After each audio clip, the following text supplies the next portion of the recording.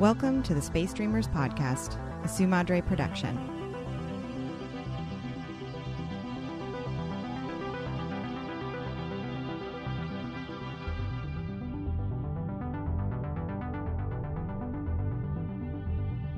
I'm surprised you haven't made fun of my hair yet.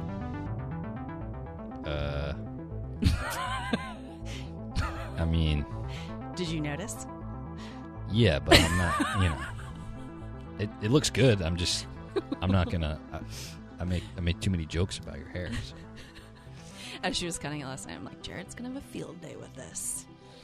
No. I literally don't know what she did. Do you see it? There's like hair on my head. Look, do you see? Look, what is this? It's like that short. It honestly looks like, it looked like it did before, but like just skinnier.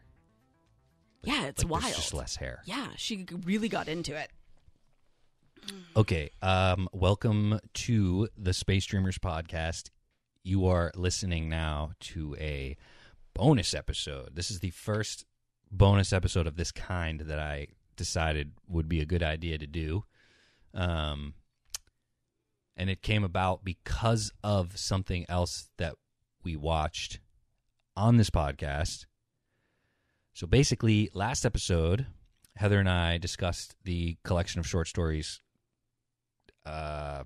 called The Other Side of the Sky, and we randomly decided to watch a movie called The Box. And The Box is a film from, if you're a listener to this podcast, you probably know all the plot details because you listened to the last episode.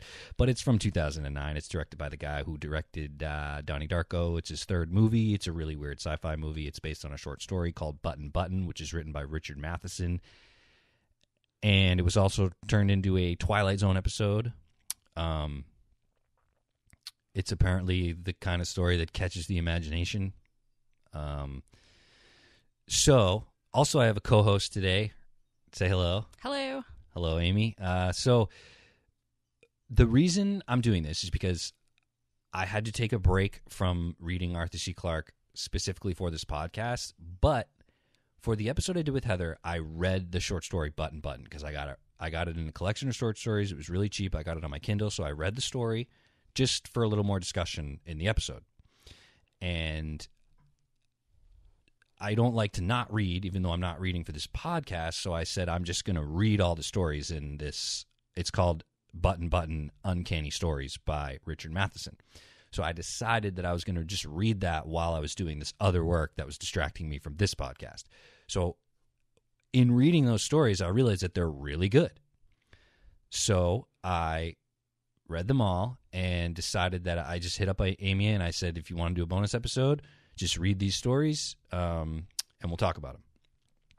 And instead of doing a movie, we kind of thought about doing a movie, but instead we're going to talk. We both watched the Twilight Zone episode from, I think, 1980? Either way. I think so. Yeah.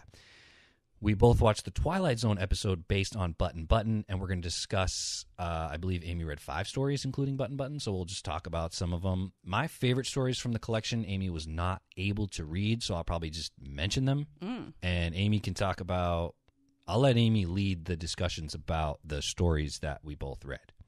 I don't even know. Where do I start? Do I need more clarification than that for why we're doing this? So, I'll just say the book is called Button Button, Uncanny Stories by Richard Matheson. There are like 12. I can't remember. I don't have the book with me. Yeah. But I read them all, and I would say like 9 out of the 12 were excellent, like really, really good. Yeah. And then there were, a few that were just whatever. I mean, they weren't bad, but I don't care about them. Of the 5 that I read, only one I was kind of like, eh. Which one? The Shockwave. Yes. Yeah, I mean, it's a great concept, but I just wasn't really excited about it. What I loved about that one was I'm maybe discovering what Matheson's good at. I don't really know because this is the only thing I've ever read by him. Me too, yeah. That it's an organ, right? Mm-hmm. But he's talking about the instrument. Yeah.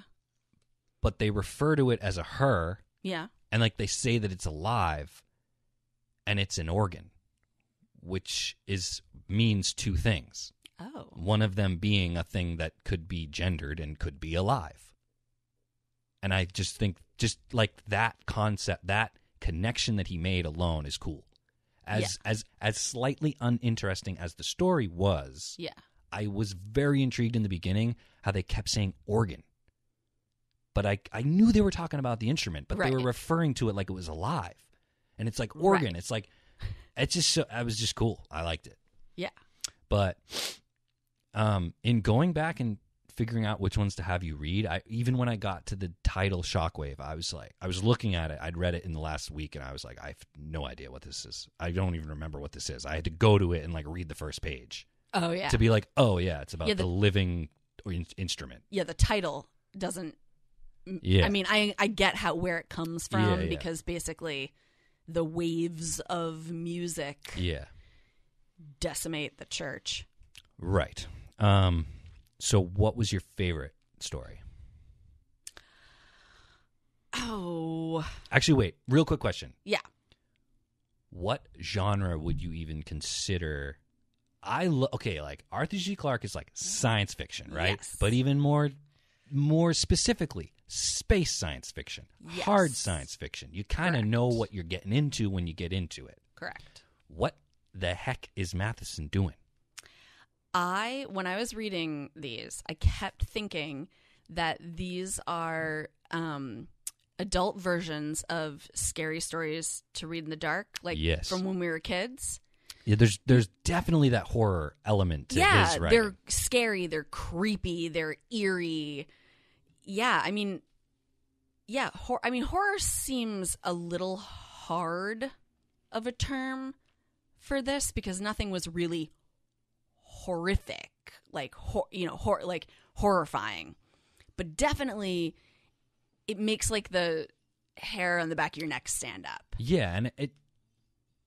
Again, I will say that, like, obviously I love space science fiction, but there's something about, and I'm sure there's more specific ways to refer to it, but I refer to it as subtle science fiction. This? Well, his writing? Some of it.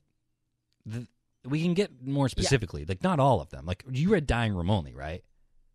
Yeah. That's like no sci-fi, no horror, nothing. Just creepy people. Yeah, wicked creepy people. To the point where, I mean, I'm not saying it's a bad story, but when I read that in a collection of stories, it's all about supernatural, sci-fi stuff, and I get to the end of that story and there's no sci-fi punchline. I'm just like, what the hell was that? Yeah.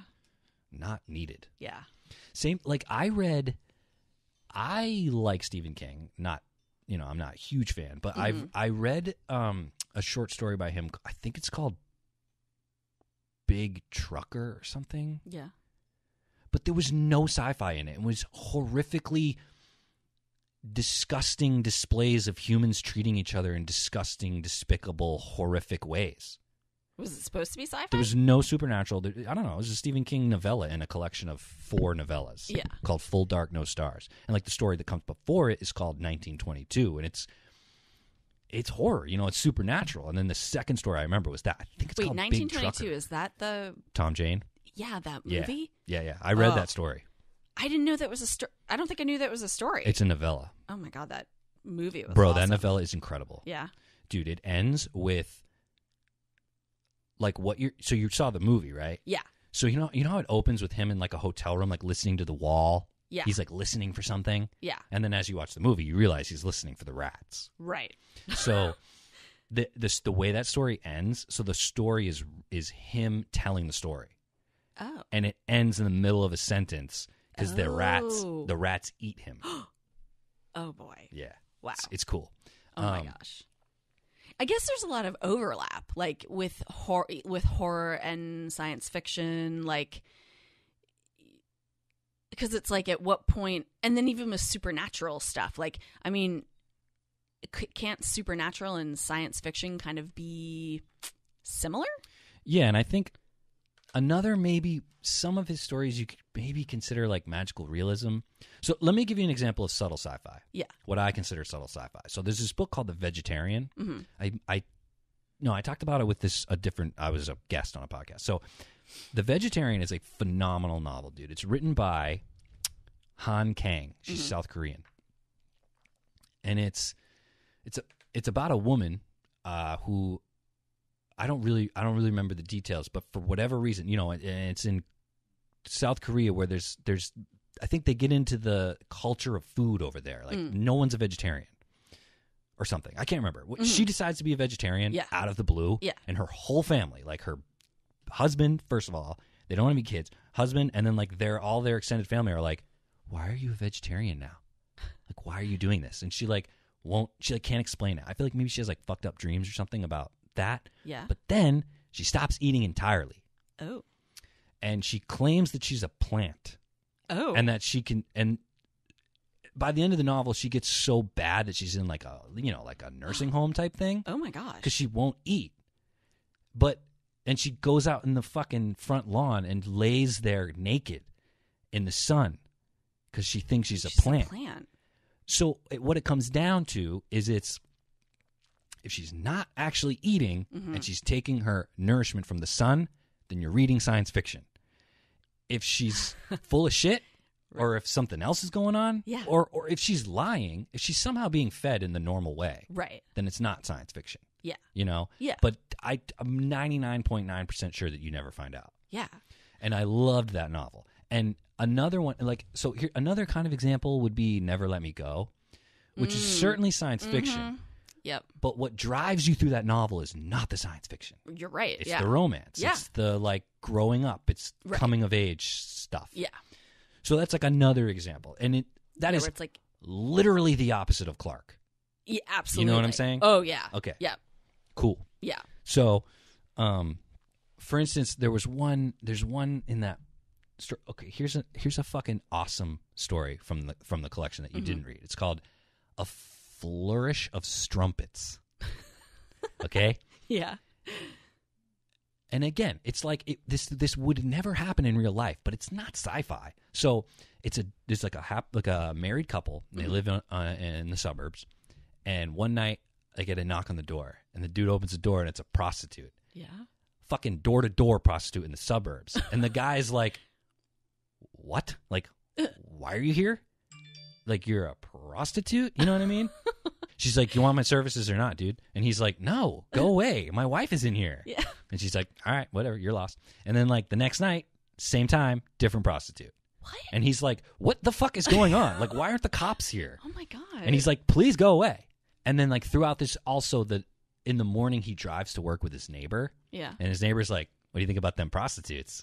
And he's like, "I don't think anything. I tell them to go away." Oh. And he's like, "Oh, well, I've been getting down with them." Oh. He's like, "You should too."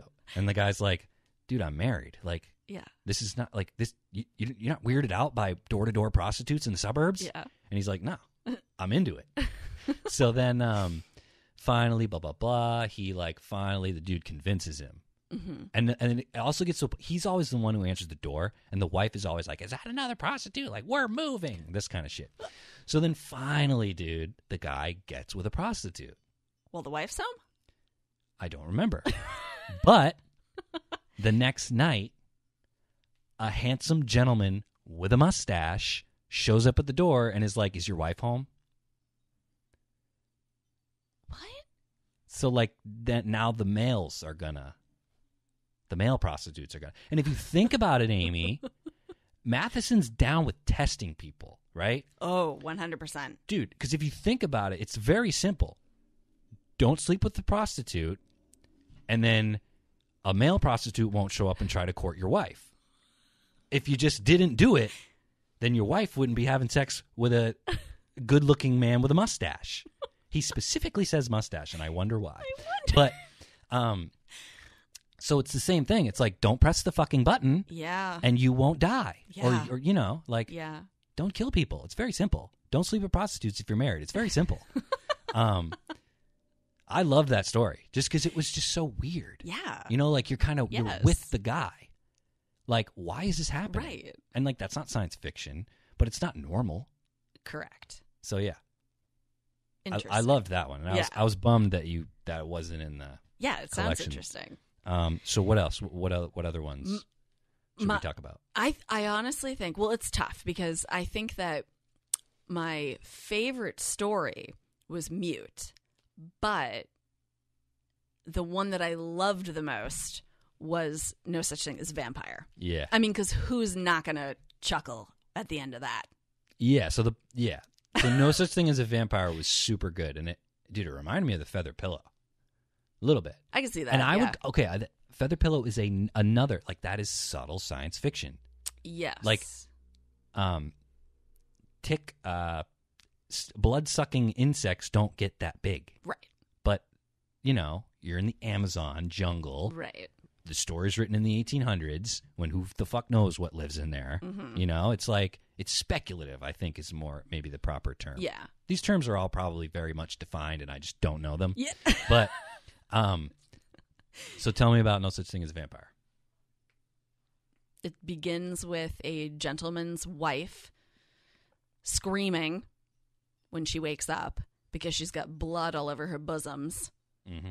And he like runs up frantically to her side and inspects her and finds like little like puncture marks in her neck. So the whole thing, like they live in a town that's afraid of vampires. Everyone's like really superstitious, and like they do everything that they possibly can to ward off the vampire so she doesn't get attacked again, and she doesn't want to, she doesn't want to die, and like the housekeepers all leave, but like there's one guy left because he's like a tough older gentleman. He's like, I can take the vampires, and I really like in that story how seriously everyone treats vampires. Yes, I feel like there's one part where a guy is just like, just get more garlic. What's the big deal? Yeah, like just hang it in the window. Yeah, and like all the like descriptive stuff about like how like you could barely taste the coffee over the stench of the garlic, right, and right. like to them that's like normal. Yeah, it's weird. So, but it's funny because when you're reading it, like you think like, why is this town so obsessed with vampires? But then by the end, you're like, the town is obsessed with vampires. That's why he chose to do what he did. Right. If the town hadn't had the superstition about the vampires, then he wouldn't have pretended there was a vampire. Right. Instead, he's technically the vampire, only with a syringe. Right. And the entire point was to get back at his wife and his friend. Wait, what happens to the friend? I can't remember. Oh, remember he drugs him? Oh yeah. And then he then he takes him down into the cellar and puts him in the coffin. And he's like, I can't wait till what was his name? Oh yeah. Carol. Yeah, the butler guy. Yeah, the butler guy. I can't wait. He's like, it's gonna give me such. Kill him with a steak. Yeah, he's like, it's gonna give me so much of a thrill to see him stake him. That's so fucked up. And it was all because his wife was cheating with his friend. That would make a funny dude. Like, they should. I don't know. Or maybe they do this in TV. I mean, they do it with like Black Mirror, dude. There needs to be more movies that are like vignettes, like Creep Show. Remember Creep Show? Yes, yeah. Like Tales from the Crypt. Yeah, man. Like, yeah, I would love that, dude. Love it. I'm not one to shy away from shitting on things that are like in like pop culture things, like movies and all that stuff. Yeah. I don't like to do it that much on this podcast, but I'm going to do it right now. Okay. Remember that movie? You just said it. Scary Stories to Tell in the Dark. Yeah. Dude, that movie was so bad. It was so bad. And but that's what I'm saying. Like, that's what I want. I was down with that. I was like, yes, short stories. Yes. In a movie. Yes. But the movie sucked. Yeah, well, because they did it wrong. Yeah, they tried to connect it all in like one. It's like, dude, just commit. Yeah. Like, these stories worked separately, so just do it separately. Yeah. I don't know. But anyway, what else? What other? I liked that one a lot. Yeah, it was. It's just so funny. And even so, obviously, so that's your classic case. That's your classic case of if in The Vegetarian she was actually eating and just saying that she was taking her nourishment from the sun. Right. That's that. Right. But I don't mind that because through the whole story, you're wondering. Exactly. It could be one way or the other. Yeah. I really thought the story was going to be about vampires. Me too. I totally. really did. Completely. I actually feel so bad that we're spoiling this. I mean, yeah. Whatever. I don't. He's got a lot of short stories. Just read another one. You're right. But what else? You read Do you want to talk about Dining Room Only? I mean, I thought it was pretty good. Yeah, it was great. Like, it really, like, the scene was set. Yeah. Like, I was there. I was in that diner. Yeah. And I feel like it reminded me of, like some movies I'd seen or something. Like, I don't know. I just, like, got this, like, feeling from reading it. Yeah. That I really liked. Okay. Like, I was, like, immersed. Yeah, I agree. Yeah, no, because, I mean, I think the whole point of that story is just, like, you're as freaked out as the wife. Yes. Like, where did he go? Yeah. So the whole point of the story is, like, two people driving and nowhere in the desert. Yeah. And they pull over to eat at this shitty, like, gas station rest stop thing. Mm-hmm. And there's standard, like, your typical really creepy, like, backwoods type people Small just town, sitting in middle there. of nowhere. Yeah. Yeah. And the husband goes to the bathroom, and then she goes to the bathroom. No, she goes to the bathroom. Oh, yeah, and then comes out. And then he goes to the bathroom. Yes. Actually, that story was really well written because Yes. I loved in the beginning, there's the whole dialogue between the side characters about the door. Yes. Because the symbol, or like the signal to say we can kill this person, Right. is something with a locked door. Yes. And so I just remember he puts that in there in the beginning, and then Yes. you just don't think anything of it as Yeah. the reader. Yeah, no. It's good. Yeah. And then I guess this one we won't spoil. Like, a cop gets involved. I love the cop character. Love the cop. Because he's just Yeah. so like, look, I'm And- the fucking bridge between the outsiders and the people who live here. And it's... Yeah, and like I was afraid that he was going to be like on their side, like on the townspeople's side. Yeah. Like I was like, oh God, what's he going to do to the lady? And like, it's going to be one of those like, you're crazy situation kind of thing. But then he's like totally on her side. Right. He's like, But come on, guys. Yeah. Where is he? Right. But you gradually get all this information. Right. Which is really, I think hard to do in a story that's, what was it, like 13 pages or something? Yeah, I was never, not once while I was reading that story, was I even close to being certain about what was going on. Yeah. Like yes. I was constantly going back and forth. Yep. Like, they definitely don't seem like they did anything. Yeah. But then, like, next paragraph, it's like, oh, they probably did something. And then even like with the other door in the bathroom, how it's like, I thought maybe like, like I was like, what's going to be in the door? Like, what's going to be behind that door? Like, is it going to be like a torture chamber or something supernatural or like, but it was literally a shed. And it was and it was very frustrating. Again, he's good at making you feel how the main character feels. Yes. Because it was so frustrating how that guy kept saying, he's like, open the door. Yeah. And he's like, there's nothing back there. Yeah. He's like, what's back there? He's like, I had no reason to go back there. And it's just like, dude, just fucking open the door. Yeah, dude. It's so it's so weird, dude. Like, sci-fi podcasts, and like, here we are saying the most like praise for the totally not sci-fi story. Yeah. But whatever. Yeah. But I think Mute is highly sci-fi. Yeah, Wouldn't you agree? Yeah, I say let's talk about Mute and then Button, and then the adaptation. So, yeah, Mute. I feel like Mute is just undeniably the best. Well, at least from what you read, just because it's the longest, right? And it's the most. I mean, I don't even know. It's just really good, and what I love too is like we read about telepathy from Clark all the time. Yeah. Never like this. No. Never like this. No. And that's not a detriment to Clark or Matheson. It's just right. It's just a different perspective. Yeah, man. Like, and it was heartbreaking. Yeah, I'm so glad that you said that, because at the end of it, I when I was done, I closed the book and I was like, that was so sad. I mean, it kind of had. They try to give you the uplifting ending, kind of. I mean, they do. But everything up to that sucks. Yeah. Sad. Yeah. Well, because the guy who arrives ends up not talking to him because he's like, oh, he's quote unquote home now. Yeah. Remember? Well, yeah, because he knows that he's broken. Oh yeah, yeah. That was the weird thing about it, like the whole that it was an experiment. Yeah, and that like they didn't really like love him. Yeah. He was just some Diaspar shit. Yeah. But So the let's- telepathy angle was really cool. Yeah, Because like I've never read anything that goes inside the mind of someone with telepathy. yeah, that's what was so good about it. I mean, does the Yeah. movie does the story even say? Or I'm sure Yeah. it says telepathy, Yes, but it does. before it uses any word that means telepathic or telepathy, you as the reader Don't know.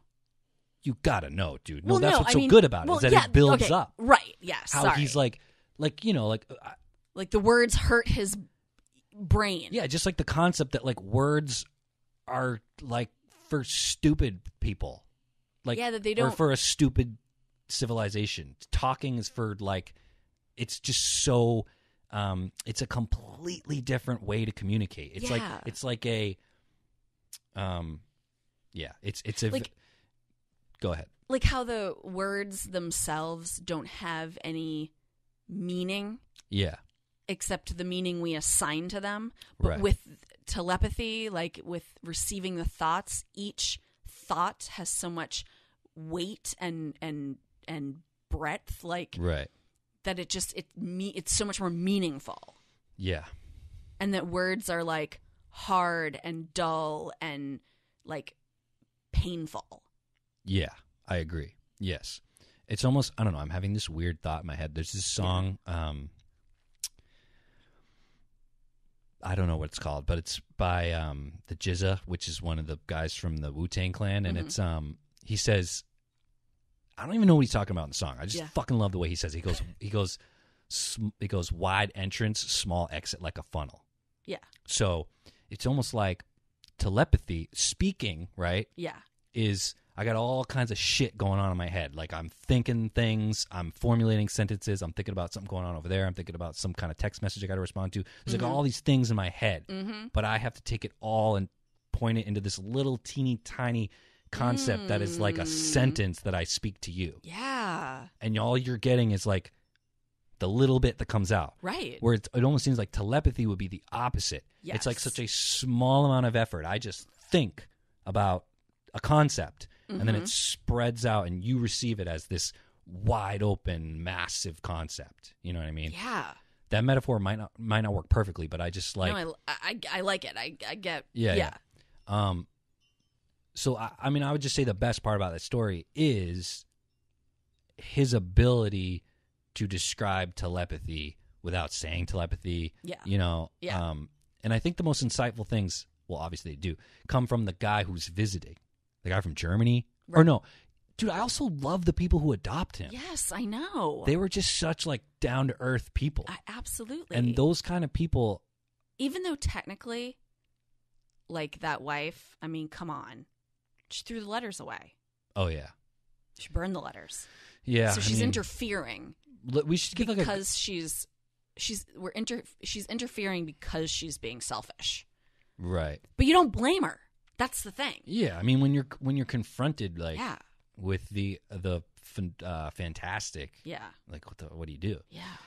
So as like we get like a brief plot descriptions. It's basically about a house burns down, and the only survivor is a little kid, and he does not speak. He's mute, and I mean the whole conflict of the story is like the sheriff, right? Trying to figure out like what to do with the kid and like why won't he talk, and is that accurate? I mean, not necessarily the sheriff, the wife, and remember they send him to school, and the teacher. Yeah. But I mean, everyone wants to know why he wasn't Right. Why he wasn't in school, why he doesn't speak. Is he, stupid? Is he intelligent? So Were they mistreating him? yeah, and eventually you eventually find out that there was like German people. Weren't they German? From Germany. That's where the letters are coming from. No, remember there was like one in Switzerland, one from Germany. They were all kind of like all over Europe. A bunch of families decided to intentionally try to create a telepathic race of people. Yes. And they did that with their children. Yes. So, some born and some unborn. That I thought was interesting. what do you mean?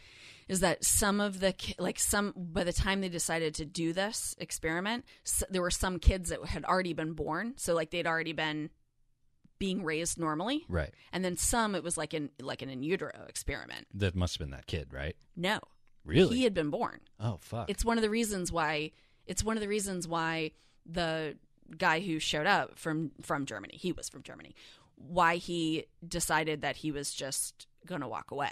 Oh. Is because it would have been more difficult with him. Because they, like he says it in the... I do remember that. Yeah, that because he was not born that way. Not salvageable, basically. Yeah. Yeah, so and there's a backdrop of one of the families somehow hears of it, and the story opens with the guy from Germany in the town kind of investigating. Yeah. Like, you know what I just... I'm leaving out a lot of details, you know but what I'm kind of doing that intentionally. Thought of? What? You know how you just said finds out somehow? So he knew. Telepathy? Yes. Ooh. So he You think knew. the parents told? I think so.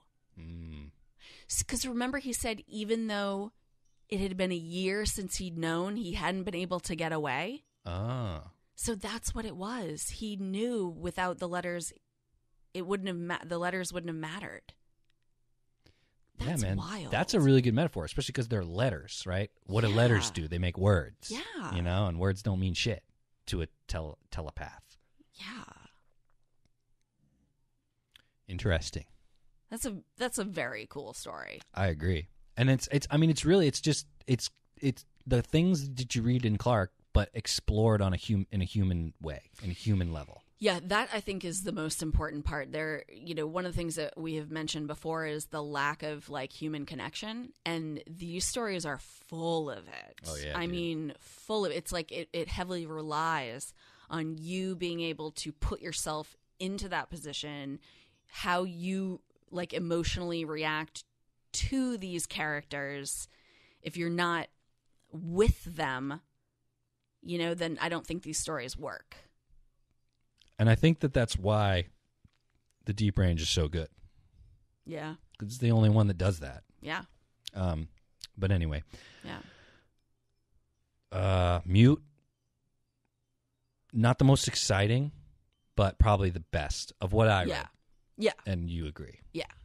And I mean, there's a little mystery and intrigue, and there's a little bit of like, remember how it opens, and like he's just the guy gets off the train, and he's like, point me to the authorities, right? Like, and I do think also me personally, it's like an author I've never read before. When I saw that there was one story that was 30 pages, I was like, fuck, dude, hopefully it's good, and there was never an issue while I was reading. No, I was like, I don't care how long this is. Yeah. I just want to know what happens. Right. So let's talk about Button. So I watched the movie, The Box. Yep. Then I read the story. Then I watched the Twilight Zone episode. Right. And I have to say, my favorite, I bet I'm going to agree, all three of those things is the story. Oh, no. Yes. The Twilight episode. No. Yes. No. Yes, dude, because, okay, the best part, in my opinion, of that whole movie, the best part of the whole concept is at the end, when at the end of their time with the box, he says, yes, it will be given to someone you don't know. That's the point, is that you don't think when you're pressing the button that you're someone that somebody else doesn't know. Yeah. And you could fucking die. Yeah, I know. Not I did like that take. I did like that take. But that's the best part of the movie. It's the best part of the story. I mean, of the Twilight Zone episode, it is absent. Isn't it? Is it in the story? Yeah, but it's different in the story. So the reason why I love the story, two reasons, is that I knew what it was. I knew the punchline before I read the story. I told you, didn't unfortunately. Yeah, I think you did. Yeah. So I knew the punchline, right? Mm-hmm. So the point, the point at the end of the story is you might think you know someone, but you do not. Like, I might think I know you, but I don't really know you. Okay, but that's only interesting if we know that she doesn't know her husband. No. No, I think that's what it means though. Is that the person that you sit with and spend all your time with, like, you know, Mallory, she sits on the couch next to me every single night. We eat meals together. We do things together. I know. Maybe I don't really know her. I get it. Yeah. Okay. Yeah. I don't think that's an interest. I don't think that the story button is appropriate for that message. Okay, wait. In my opinion. But. What? Did you catch the part about where the money's coming from? So in the story, remember, it's $50,000, right? Mm-hmm. Guess where that money is coming from? I don't know. His life insurance. Okay. So essentially, she wouldn't have been like, the only reason why she gets some money is because he dies. Yeah, like, okay, yeah. She literally traded a person she doesn't know for the money. Yeah. So yeah, because like he had to die to get the money. Like there was no money. Like the person who brought the button box over wasn't going to give her $50,000. Yeah. He dies, she gets $50,000. Yeah, dude. So I mean, it's just all confusing, dude, because like each version I feel like says something different. Yeah. But which one? I don't know. No, because I agree with you. I really liked the way that the episode ended. The Twilight Zone episode, I loved that. In my opinion, it is the thesis of the entire concept. That when you're in the situation, mm-hmm. like you are someone that someone else doesn't know. Yeah. Like that's the point. So I think that the Twilight Zone episode does the best because it's short and that's just how it ends. No, but I don't think the point of Button, the story, is what you just said. Yeah, but I like it better. You know? Like, yeah. And I think I'm pretty sure if you somehow did a survey of like people who are familiar with this story, I'm mm-hmm. pretty sure the majority of people know the Twilight Zone episode. Probably, I would assume first. Yeah. You know, like. Yeah.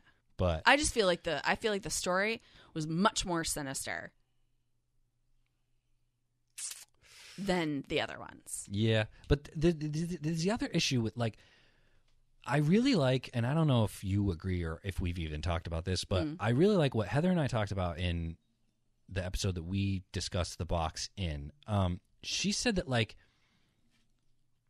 we basically made the connection that like so even though in the movie he's like a fucking alien and he's like all knowing, like that doesn't matter. Like the box does not have any way of telegraphing to anyone else that it's been pressed. Right? Mm-hmm. So what I love is that it doesn't have to, because everyone presses the button, because everyone is a piece of shit, and everyone ends up killing their spouse, and he times it so that they all happen at the same time, so that the button isn't actually killing someone. You're killing yourself. You get what I'm saying? Yeah. It's a fucking cool concept. Yeah. But in that sense, if you take out the alien and you just have a dude who goes to these houses with this button unit, it doesn't have to be sci-fi. He's just cleverly timing it. You know what I mean? Obviously, the sci-fi is involved with the kid going deaf and blind. But my point is, in the story, how does he know that she presses the button? Because you can tell. What? What does that mean, you can tell? Who can tell? And when can you tell? Doesn't she press it when she's alone? Yeah. Wait a minute. And then he gets pushed off a subway platform, right? Yeah. So just like that's my point. Is it sci-fi or is it not? I don't think it is. How does he know, like? And I can't remember. Yeah, because now I'm getting confused. Does the call come in that he died? When does she find out that he died? Yeah, in the story? Yeah. Your favorite. She gets a phone call. When? From authorities. Like right when she presses the button? No, I think later on. Okay. Like that evening or like the next evening. But you're right. In all the other ones, the box is retrieved. But in the story, nobody comes to pick up the box. Yeah, I think the story's the weakest one, honestly. I really do. You know what my favorite part of that story is? What?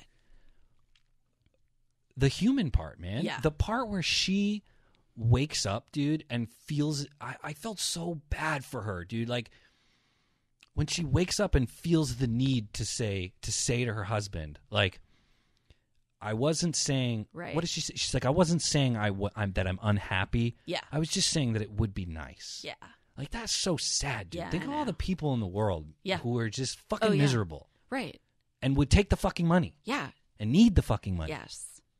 And it's like, even if it's a happy ending, you know, like, dude, this is the thing.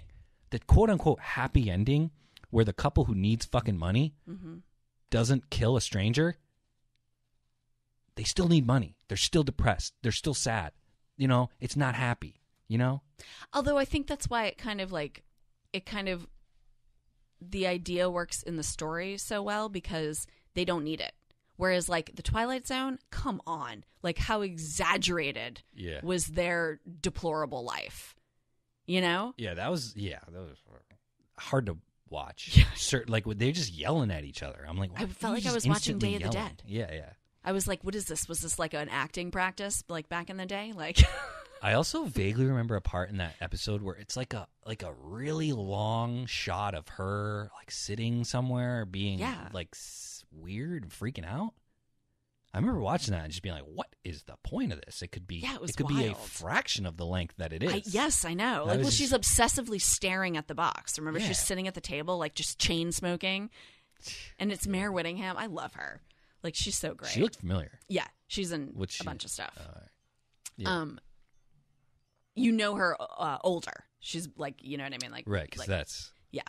But like, oh my God, the overacting in that was amazing. It also made me want to watch Twilight Zone. Yeah, I know. I grew up with Twilight Zone. It's exactly what I Isn't said there when we somewhere started you watching can? it. Isn't there now somewhere you can watch them all? I'm pretty sure. I want to say it's like, is it on Netflix or it's on something? Might be Disney. No, I don't know. I don't know. I love. There are some Twilight Zones from when I was younger that still sit with me. Me too. Like, I remember them from when I was little. I only watched like a couple, and I remember them. Yeah. I remember I saw the pig face one. I don't know. Remember that one? No. Dude, it's like... My God. The whole point is like this beautiful woman, I think it's a woman, ends up in this alternate universe where everyone has pig faces. Oh my gosh. And they all think that she's ugly as fuck. And that's like the whole point of the story. Oh, that's awesome. Yeah. And they're just like hideous. And they're like, girl, you're ugly. And she's like a supermodel. Oh my God. I also read one where there was a woman. I'm sorry, I didn't read it. I watched it. Yeah. There's a woman in a house alone, and she was being like, you know, I mean, you don't know what's going on, but visually you could say that she's being terrorized by little midgets, like little tiny spacemen. Yeah. Like little dudes. Yeah. And then at the end, you figure out that they're normal size and she's a giant on another planet. It's awesome. Yeah, Twilight Zone is amazing. I mean, dude, they're just short stories with punchline endings. That's all absolutely. They are. Like, but just clever ones. Yeah, definitely. And that show must have lasted long, huh? Yeah, it did. Because we watched one from 1980. The ones I remember are black and white. Yep. It's crazy. Yeah. And I guess Totally it's still on now. It's new now. Isn't Jordan Peele doing it? Oh, really? I didn't know they started doing it again. I don't know. Wow. Dude, man, it's so weird. Like, when they bring that shit back, it's so weird to me. Not that it matters, but, like, you remember... And also, when you bring something back and you only make, like, 6 episodes, it's like, why did you even do that? Yeah. Unsolved Mysteries. Yeah. On Netflix. Yeah. They put out, like, 6 30-minute episodes. I watched them all.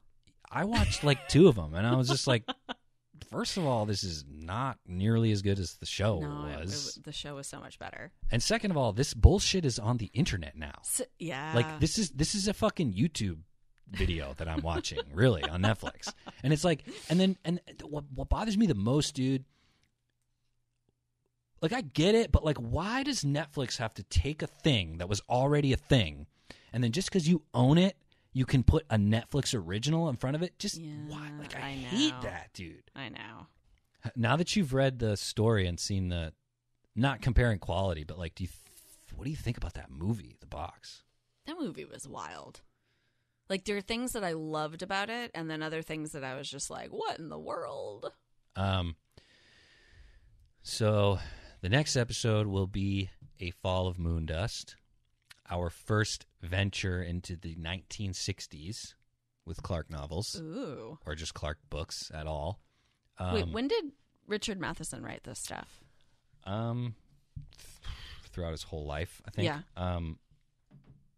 As an example, I Am Legend came out in 1954. Oh wow! Yeah. See, I was wondering if they were in the same. They're old. Time, like time period as Dude, he's also like a pretty prolific screenwriter. Yes, I looked original that up. Movies. Yeah, I looked that up. Yeah. I thought it was really interesting. I am so glad that Arthur C. Clarke led us to Richard Matheson, because this stuff is awesome. Yeah, these stories are amazing. Yeah, and it's I want to end it on something separate. I mean, I've talked a lot on this podcast about what I'm planning on doing, and it's like, at certain points, it's like, who cares, like, until you do it. Yeah. But I discovered another author who I want to explore. Yeah. And she's a woman, and she's current. Oh. She's not, like, in the 70s. Yeah. Her name is Lauren Bukes. And I became interested in her a long time ago. I've never read her books, but I became interested in her because of one story, which I think is considered her best one. It's called The Shining Girls, published in 2013. Oh. It's about, like, a time-traveling serial killer. What? So someone who's leaving a wake of bodies, like, in time. Oh. And I think there's a female, I could be wrong, but I'm pretty sure there's a female detective who's, like, chasing him through time. Yeah. Like, arriving at the crime scenes, like, late. Oh. So it's kind of like a mystery. Yeah. Some of her novels, although they mostly are like some kind of sci-fi happening, they seem like mysteries kind of a little bit, which I'm a little worried about, but we'll see what happens. Yeah. And like her most recent novel came out in 2020. And this almost makes me want to do like an exploration not of an author, but of a theme, which is women writing about societies or planets where men don't exist. Huh. Because it's not uncommon. Really? So The Female Man is all about that by Joanna Really? Russ. Yeah, that's what it's about. A world with no men. Yeah. And the men, I think the story, I read the short story that became the novel. Yeah. I think what it's about really is men, that a plague killed off men on this planet that came from Earth. Mm-hmm. So like a colonized planet where the men happen to all die from a plague. And then like men show up again, and they're like, we're back, you're all saved type of situation. And the women are like, it's been 30 years, dude, like we don't actually need you. Or no, it's been 30 generations. Oh wow. Yeah, so it's been a really long time. Yeah. So that's what that novel's about. Interesting. Yeah, and so Afterland is her novel from 2020, and that's what it's about. It's about a female-led society. Here, quick, let me just look it up. Original title was Motherland. Children of Men meets The Handmaid's Tale. Oh, get out. In this smartly written and splendid thriller about how far a mother will go to protect her son from a hostile world transformed by the absence of men. That sounds awesome. So it's one dude. Oh, it's wow. one little boy. Oh, my gosh. That's awesome. Most of the men are dead. 3 years after the pandemic known as the manfall, governments still hold and life continues. But a world run by women isn't always a better place. Oh. This sounds interesting. Yeah, it sounds really good. Yeah. You said that's 2020? To get there, Cole and Miles must journey across a changed America in disguise as mother and daughter.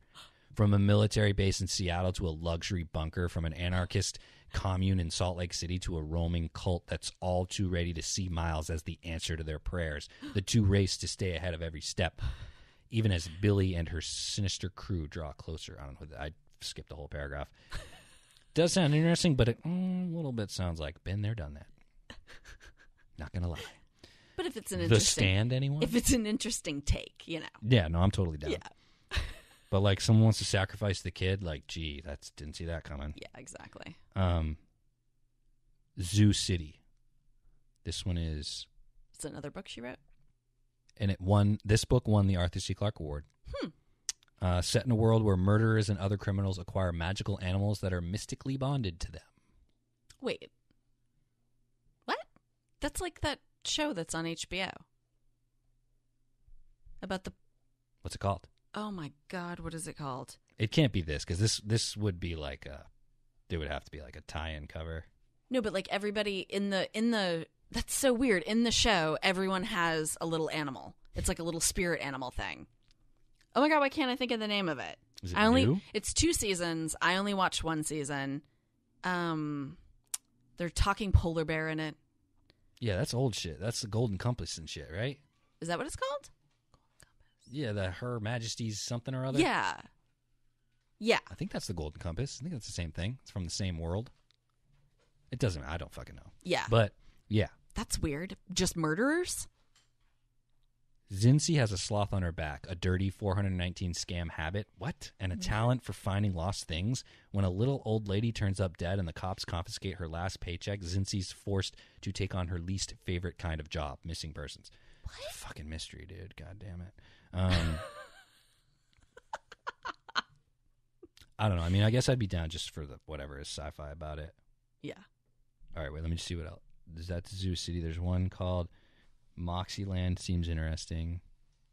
They all have really cool covers, too. Oh, yeah. We're all suckers for a good cover. I don't know. If I find myself in a time where I'm not stressed out, then I'll, I don't know, read books by that author. Yeah. But I've always been I think The Shining Girls is the most intriguing to me. It seems pretty interesting. Yeah.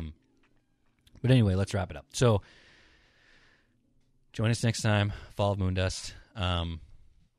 Then we have 2 collections of short stories, and then it's all novels. Ooh. So that'll be exciting, I think. Really? Yeah. The collections just kind of stop? Yeah. Collections came after, but they're not. They were like recollected? Yeah, like different ones from different other collections. Yeah. So yeah. And yeah. Nice. So that's it. I hope you enjoyed this bonus episode. I certainly strongly suggest you go seek out anything by Richard Matheson. Yeah. I've not read anything bad so far. Wait, have you mentioned that he's I Am Legend?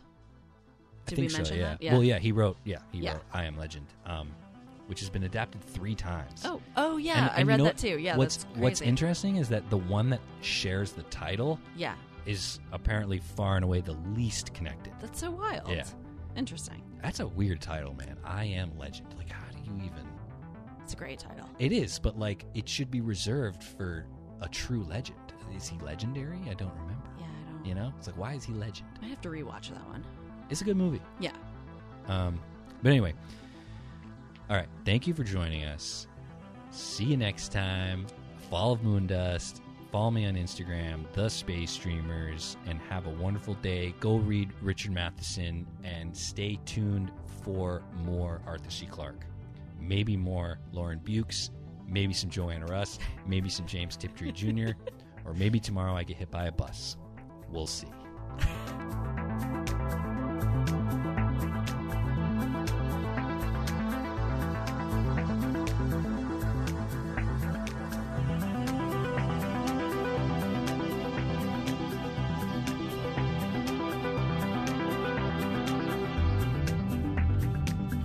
Thank you for joining us for today's episode of The Space Dreamers, a Sue Madre production.